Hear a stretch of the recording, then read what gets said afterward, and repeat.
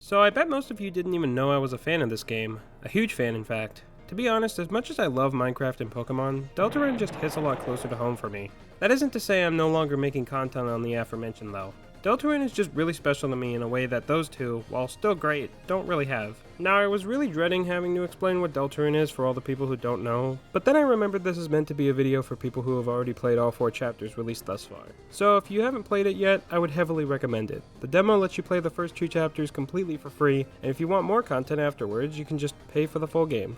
Which for now kinda just acts as a half pre-order since the game isn't finished yet, but it includes the next 2 chapters and will get updated as future chapters release. Anyways, I already put a spoiler warning at the start. I'm just gonna assume that people still here are already familiar with the majority of the game. Ralsei. You know him? You love him? Most of you anyway. You buy all his plushes. I still don't know why Ralsei needs a bunch of plushes when Queen is right there. Please, Toby Fox. As adorable as Ralsei is on the surface, he's also one of the most tragic characters in the game, as some of you may know. I mean, come on! He gave his hat to this hat rack guy in Chapter 2, only for him to lose it forever in Chapter 4? This is such a travesty, considering the fact that Hat Ralsei has one of the designs of all time. Disgraceful. Wait, what's that? There's more to what makes him tragic? Like how he's a fictional character in-universe who can never be in the real world with his friends, and on top of that, he was born with all knowledge of a prophecy that ends in calamity? Well, gee, that sounds pretty tragic, if I do say so myself. Let's talk about that instead, despite Hat Ralsei being the absolute legend he is.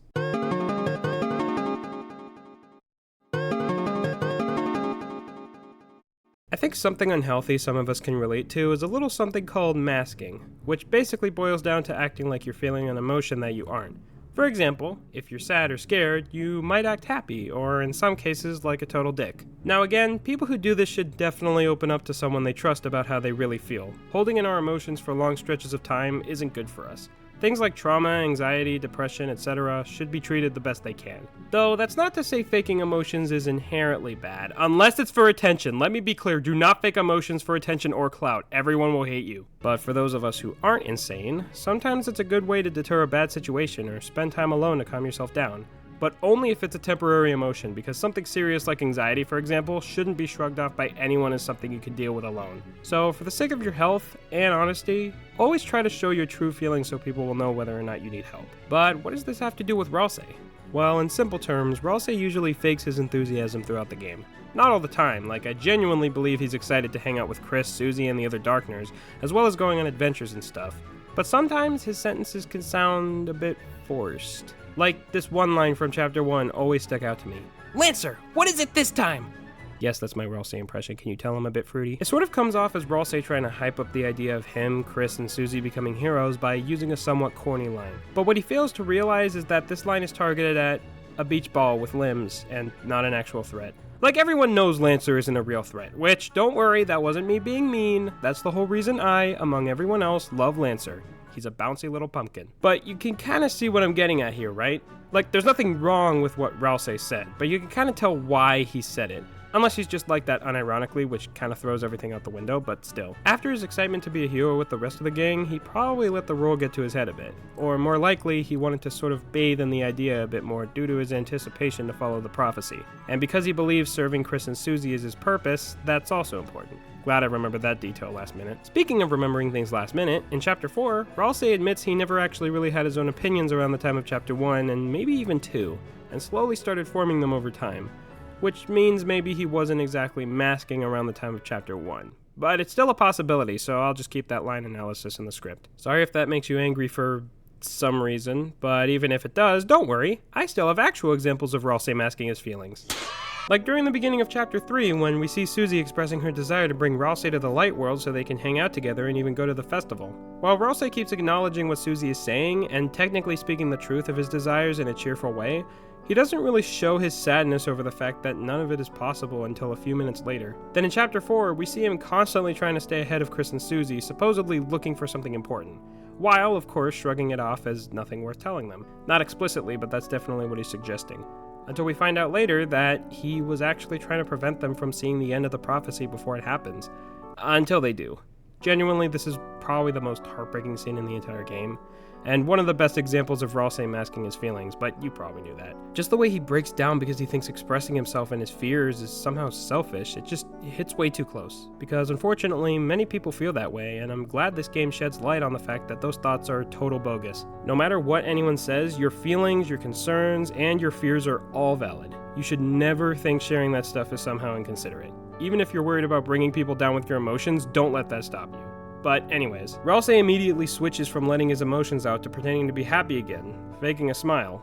But, depending on whether or not you're a total monster, we as Chris let him know that it's okay to not smile, and we embrace him. And if that shit doesn't make you bawl your eyes out, then that's fine. We all have our own tastes. But I really hope this scene in particular spoke out to a lot of people who decide to hold their emotions in, or to those that think they aren't worthy of sharing them with others. Because trust me, and Toby Fox, when we say, your feelings are valid, and don't let anyone, including yourself, tell you otherwise. But the big question on some of your minds is probably how any of this connects to Ralsei's life being complete and utter ass, as the title of the video suggests. Well, it's kinda obvious when you think about it. Ralsei chooses to mask his feelings to make those around him happy, and in doing so, he believes he can make others feel what he believes he can't feel.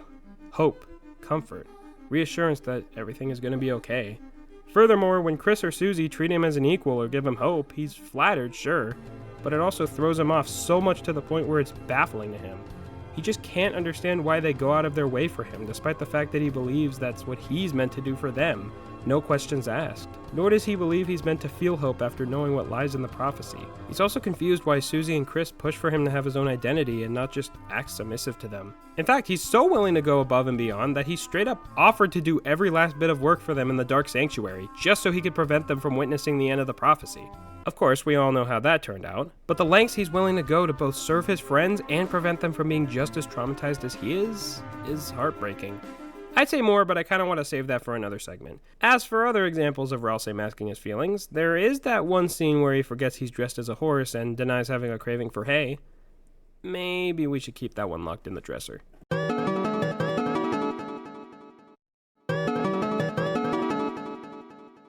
Yeah, obviously we're going to talk about the room scene, so let's just get that out of the way. Unless you give him the present in Chapter 2, Ralsei's room is completely empty upon first walking inside. And although the game is very open about his perspective on why he thinks he doesn't need a proper room, I thought I would still go into depth on it. Especially because it factors into some other scenes I'll bring up later. After the recent chapters, we're able to gather that Ralsei doesn't think of himself as a real person, because technically he isn't. Darkness such as himself are objects brought to life by dark fountains, which are the source of the darker darkness that make up the Dark Worlds. This of course causes objects to appear as alive, despite that not really being the case. Now, slightly off topic, I still feel like there isn't enough explained about how real Dark Worlds truly are. After all, the chalk Noelle gives Susie in Chapter 2 turns into light candy in the Dark World, which Chris can eat. However, if we go under the assumption that Chris is technically just eating chalk for real, they should be dead, or at the very least having health issues. In small amounts, ingesting chalk doesn't really do anything, but it can be pretty harmful if you eat too much. And if we take a look at how much chalk Susie received from Noelle, it's literally an entire lunchbox. So if Chris can eat this entire lunchbox of chalk in the Dark World and not get sick despite the Dark World merely being an illusion, this either means that A, the Dark World is real to some extent and Ralsei has the wrong idea, or B, Chris is just built different. Or maybe chalk is made of edible materials in the Deltarune universe, who knows. But even if that's not a good argument, why does the Dark World have functioning logic? Like how creating another dark fountain in a pre-existing Dark World summons a Titan. Like, why does that happen? Also, why do Lightners keep their injuries outside of the Dark World? And how do Lancer, Rules Card, and the original Starwalker put themselves in Chris's pocket despite being inanimate objects? Sorry, I got severely off track there. No matter what the case is, Ralsei still believes he isn't real anyway. Could you imagine what someone's mindset would be if they considered their sense of self non-existent? They would beat themselves up for feeling any amount of care for themselves, opting to only take care of those that they know have a true position in the universe. This is why Ralsei, despite being respectful to other Darkners, doesn't seem to care about any of them for who they are. He only really sees them as important if they're an obstacle, or if Chris and Susie come to like them, because at that point, how could he not suddenly treat them equally?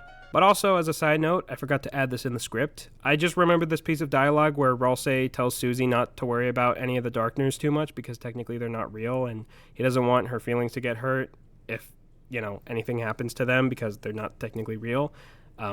So yeah, that still adds to it. This isn't me saying he's a bad person or anything. It's just that his beliefs are preventing him from seeing Darkners as anything more than just props to make Lightners happy. Sure, we still have yet to know for certain whether or not these beliefs are accurate, considering the contradictions I mentioned earlier, but the knowledge he was given certainly isn't helping his identity issues. Since he himself is a Darkner and believes his one purpose is to serve the Lightners, he doesn't ever think about taking care of himself, because that won't do anything in his eyes. He's not real. He doesn't need to make himself happy or comfortable or anything, because that doesn't matter. Right? Yeah, that ain't gonna fly. Ralsei deserves to love himself, even if he isn't real. Because even if he's not, who cares? He's damned if he does and damned if he doesn't. Which he won't be damned, because based on certain context clues, the Dark Worlds might be real. He still thinks the Dark Worlds are real. Context clues! But the point I'm trying to make here is that the outcome is still the same no matter what, so why not enjoy yourself even if you're not real? I don't mean to get existential here, but it's kind of the same in real life. Even if our existence is completely irrelevant in the grand scheme of things, that doesn't stop us from living the best life we can and loving others along the way. Why should we care about not having some bigger purpose or involvement in the grand universe? So long as there's someone out there who cares enough about us, that's all we need. And Ralsei has that. 2 of them. Chris, of course, has that scene near the end of chapter 2. And Susie is like the first person to try and get it through his head that no matter what, he has relevance. Like being a member of their team, or just being a friend in general. Even during the room scene, which I keep forgetting to come back to, whoops, she gets angry over the fact that he has the worst room in the castle and vows to make it better. This even extends to her and Chris trying to gather things in the Dark Sanctuary to put in his room, like a ladder, and a couch cushion. And the icy statue, oh wait, that's in Castletown. And during their tea party, Susie pushes Ralsei to eat his own cake after he rejects it, which we all know damn well he only ate that cake because it was at Susie's request. Why are you so submissive, bro? But the craziest part is the fact that this is his first time even trying cake because he only thought to make it for Chris and Susie to eat. And he likes it so much that he's embarrassed. He's embarrassed for having any amount of appreciation for his own cooking or just liking something this much in general. Also, to any of you complaining that I'm just doing a basic rundown of what the text says in game, Lord knows you need it. But despite Ralsei's appreciation of Susie's consideration for him, he still just can't shake away his true beliefs. That he's just a Darkner, an object that holds no actual life, and is instead given the illusion of one. After all, that's what he knows. Surely his destiny is to serve the ones above him without having a sense of purpose or identity, because after all, where they come from, he's just an inanimate object. Wait, do we even know what object this dude is supposed to be?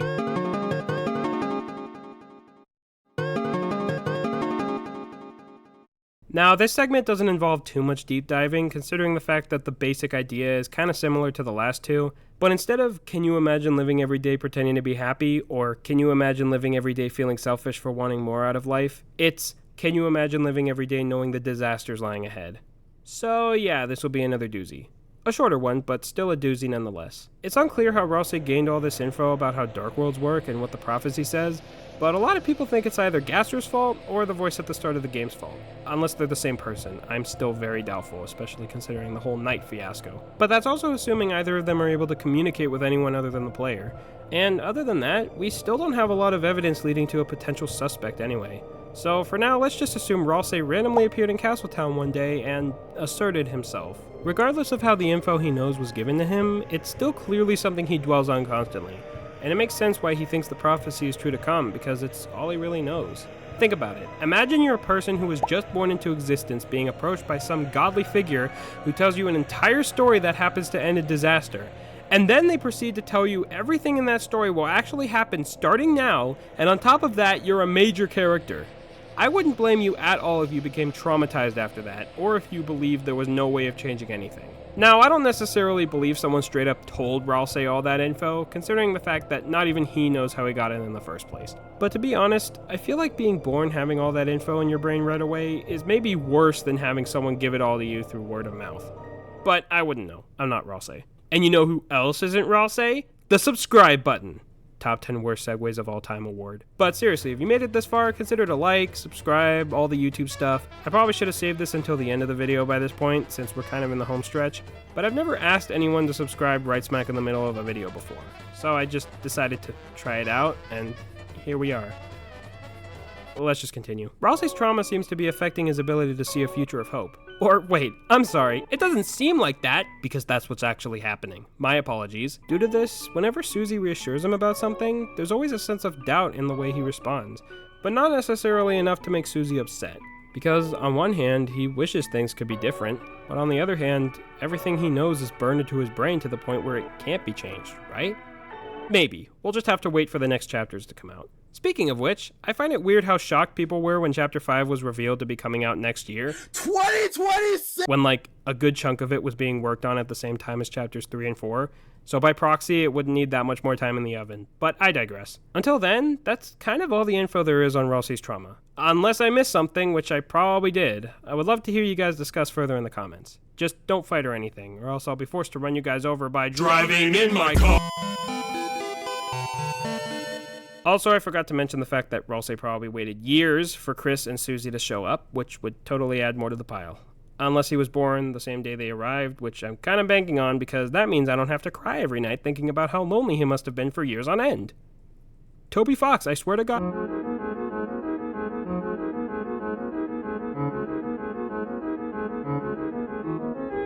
Ralsei is an illusion of life forced to pretend he's happy with himself in order to make those around him feel safe and comfortable, when in actuality, this is the cause of potentially years of distress that just keeps growing and growing the more time ticks closer to a fate he's known about since his very conception. While at the same time, following this idea is what makes him feel fulfilled, as if this is his only purpose in life, to stay true to the prophecy because there's no avoiding the inevitable.